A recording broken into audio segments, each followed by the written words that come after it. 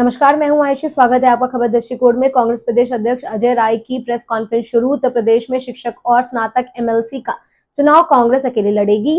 विधान परिषद के चुनाव के लिए कनेक्ट केंद्र बनाया गया।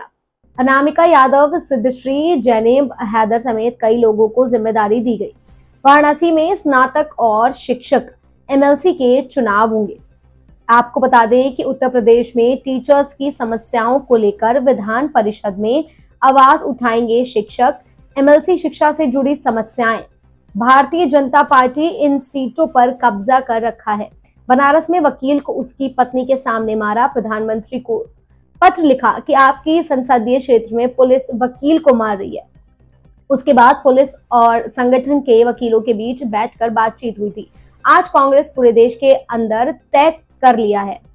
प्रदेश में शिक्षक और स्नातक की 11 सीटों पर कांग्रेस लड़ेगी। गोरखपुर में ड्रग इंस्पेक्टर नहीं है, नकली सिरप पिलाई जा रही है। उत्तर प्रदेश के 13 जगह ड्रग इंस्पेक्टर नहीं है, नकली सिरप बेचकर बच्चों की हत्या की जा रही है। मायावती जी ने कहा भाजपा के सहयोग से, भाजपा की कृपा से कहकर मान्यवर काशीराम की पुण्यतिथि मनाई।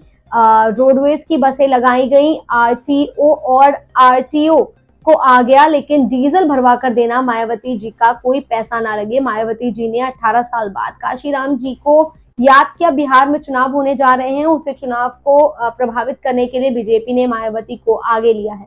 दलित को भ्रमित करने के लिए भाजपा ने मायावती को आगे बढ़ाया है। रायबरेली में दलित परिवार को आर्थिक सहयोग करने के लिए कांग्रेस प्रतिनिधिमंडल गया था, उसको पुलिस प्रशासन ने रोक दिया है। जिन जिलों में चुनाव है वहां कोऑर्डिनेटर भी बनाया गया है। सभी कोऑर्डिनेटर्स को कनेक्ट सेंटर से जोड़ा गया है। रोडवेज की बसें लगाई गई।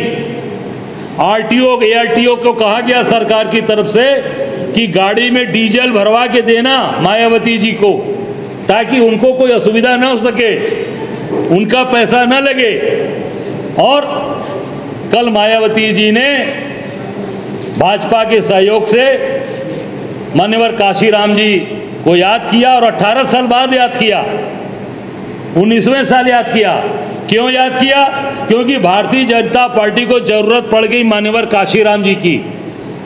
बिहार में चुनाव होने जा रहा है, उस चुनाव को प्रभावित करने के लिए कल मायावती जी को आगे करके मान्यवर काशीराम जी की पुण्यतिथि मनाया और पूरी ताकत लगाई सरकार ने कि कैसे दलित को भ्रमित करें। क्योंकि बिहार में पूरी तरीके से दलित समाज, पूरे देश का दलित समाज हमारे नेता राहुल गांधी जी के साथ खड़ा है। क्योंकि राहुल गांधी जी उनकी हक और हक की बात करते हैं, उनको न्याय की बात करते हैं और संविधान की रक्षा करने की, संविधान को हम बदलने नहीं देंगे, राहुल जी उनकी बात उठाते हैं। तो सारी बातों को घबराकर आज भाजपा ने आगे बसपा को करके बिहार के चुनाव को प्रभावित करने के लिए कल ये मान्यवर काशीराम जी की पुण्यतिथि मनवाई, सरकारी सहयोग से दुरुपयोग करके।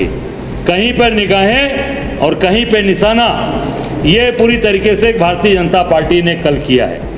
पूरी तरीके से एक दलित की हत्या होती है 4 दिन पहले, हरिओम वाल्मीकि की।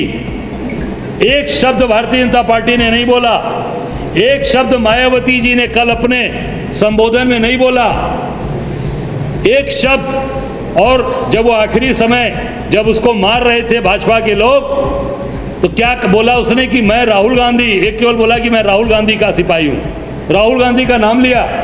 उसके बाद जो लोग उसको मार रहे थे उन्होंने ओपनली कहा चैलेंज के साथ कि हम बाबा वाले हैं, योगी बाबा वाले, भाजपा के हैं, आरएसएस के। और उसको रात भर मारा, लगभग 6-7 घंटे मारते मारते उसकी हत्या कर दी हरिओम वाल्मीकि की। उस दलित समाज की कोई मदद नहीं किया, कोई एक शब्द मायावती जी ने नहीं बोले।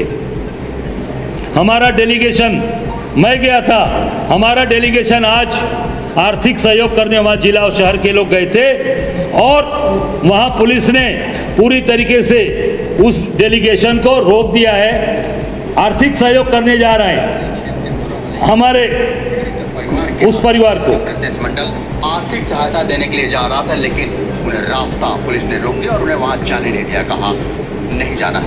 फतेहपुर सदर कोतवाली क्षेत्र के तुरावली के प्रवास पीड़ित परिवार के यहाँ कांग्रेस का प्रतिनिधिमंडल आर्थिक सहायता देने के लिए जा रहा था, लेकिन उन्हें रास्ता पुलिस ने रोक दिया और उन्हें वहां जाने नहीं दिया, कहा नहीं जाना है।